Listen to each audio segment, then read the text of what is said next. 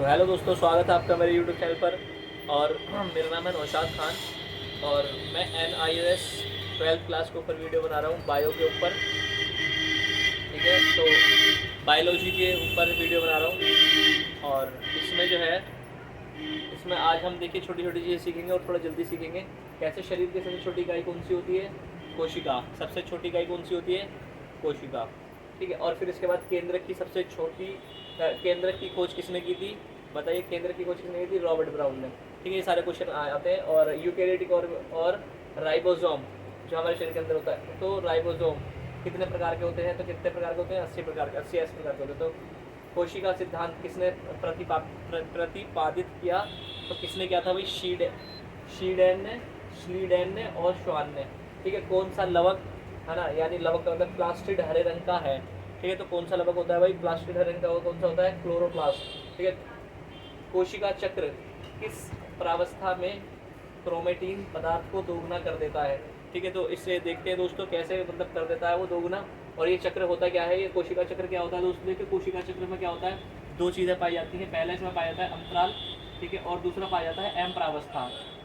ठीक है, और दूसरे में क्या होता है कि इसमें जो अंतराल होता है, अंतराल में G1 होता है, दूसरा होता है GS S, और इसमें होता है तीसरे में G2। ठीक है, G2 में हमारा प्रोटीन पाया जाता है और इसमें उपचर्या होती है G1 में, और जो S होता है इसमें हमारा DNA पाया जाता है। ठीक है, जो DNA को दुगना कर देता है। ठीक है, तो ये दोगुना होता है, ये 2 लिखा हुआ है। ठीक है, 2n, तो यहाँ क्या हो जाएगा? 4n। ठीक है, तो ये दोगुना हो जाता है। क्या? DNA हमारा दोगुना हो जाता है मेरे दोस्तों। तो आगे देखते हैं इसी में। अच्छा, जो एम प्रावस्था होता है इसमें क्या होता है? ये कोशिका चक्र का चक्र चलता है। ठीक है, एम प्रावस्था में क्या होता है? केंद्रक विभाजन, केंद्र कोशिका द्रव विभाजन करता है ये। ठीक है, केंद्र को क्या करता है? विभाजन करता है, यानी उन्हें अलग अलग करता है। और क्या करता है कि कोशिका द्रव को भी ये अलग अलग करता है। ठीक है, अच्छा, अगला वाला समझ में आ गया कि क्लोरोप्लास्ट होता है जो जो हमारे जो है क्या करता है? क्लोरोप्लास्ट क्या होता है? उसे रंग को जो है हरा कर देता है। तो ये तो आपको पता है, कोशिका चक्र का भी पता चल गया। ठीक है, समजात और गुणसूत्रों का युग्मज किस अवस्था में होता है? तो ये क्या होता है? समजात और गुणसूत्र। ठीक है, तो ये पूर्वावस्था में होता है। इसका दूसरा नाम जो होता है पूर्वावस्था, फर्स्ट लिखना पड़ेगा आपको। इसका दूसरा नाम होता है लैप्टोटीन अवस्था में। ठीक है, अगला होता है जी, अगला है कोशिका का बिजली घर किसको कहा जाता है? देखिए, सबसे ज़्यादा क्वेश्चन आता है कि कोशिका का जो होता है बिजली घर किसे कहा जाता है? बिजली घर कहा जाता है कोशिका का माइट्रोकांडिया को। ठीक है, माइटोकांड्रिया को। ठीक है, फिर दूसरा नंबर आता है क्लोरोप्लास्ट।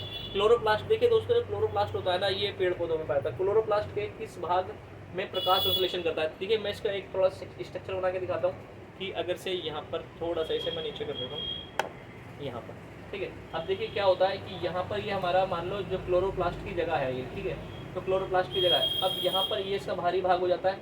इसमें क्या होता है, यहाँ पर ये क्लोरोप्लास्ट इस सेल में पाया जाता है, मतलब इस तरीके से रखा हुआ होता है। इसे जो इस पूरे चार पाँच जो भी चीज़ें होती हैं, इसे तो हम ग्रेना बोलते हैं। ऐसे ही बहुत सारे सेल रखे हुए होते हैं। अब क्या होता है, इनके ऊपर धूप की किरणें पड़ती हैं।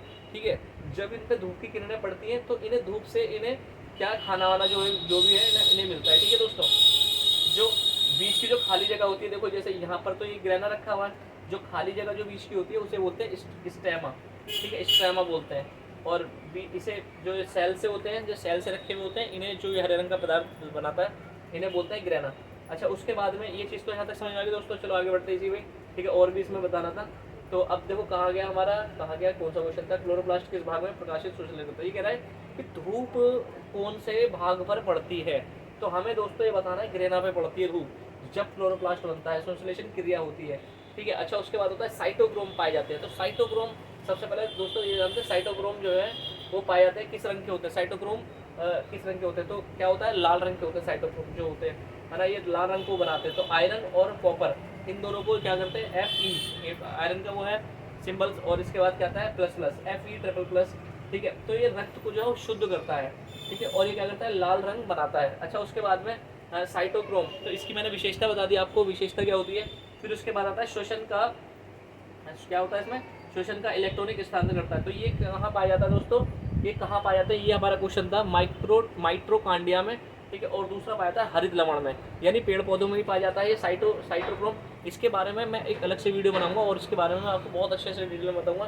ठीक है, उसके बाद हमारे को दो चीज़ें मालूम पड़ गई। ये जो साइटोक्रोम होता है ये हरित लवण में पाया जाता है और हमारे माइट्रोकांडिया में भी पाया जाता है। ठीक है ना। उसके बाद में अब आता है हमारा थाइले।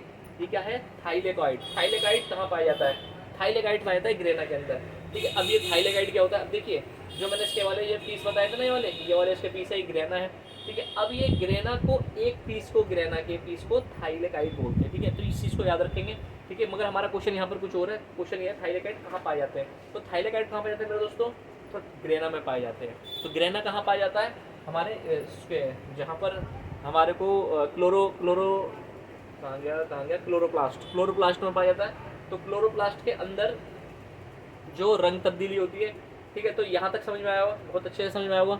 तो अगर से दोस्तों अच्छे से समझ में आया तो मेरी वीडियो को लाइक, शेयर, सब्सक्राइब, और ये जो वीडियो है ना, बायो की वीडियो बनाई है मैंने 12th क्लास के एनएस से, ठीक है। चौथा चैप्टर है, ठीक है। तो अगर से आप इसकी तैयारी करके जाते हो तो शायद आपको जो है ना बहुत अच्छा सा रिस्पॉन्स आए।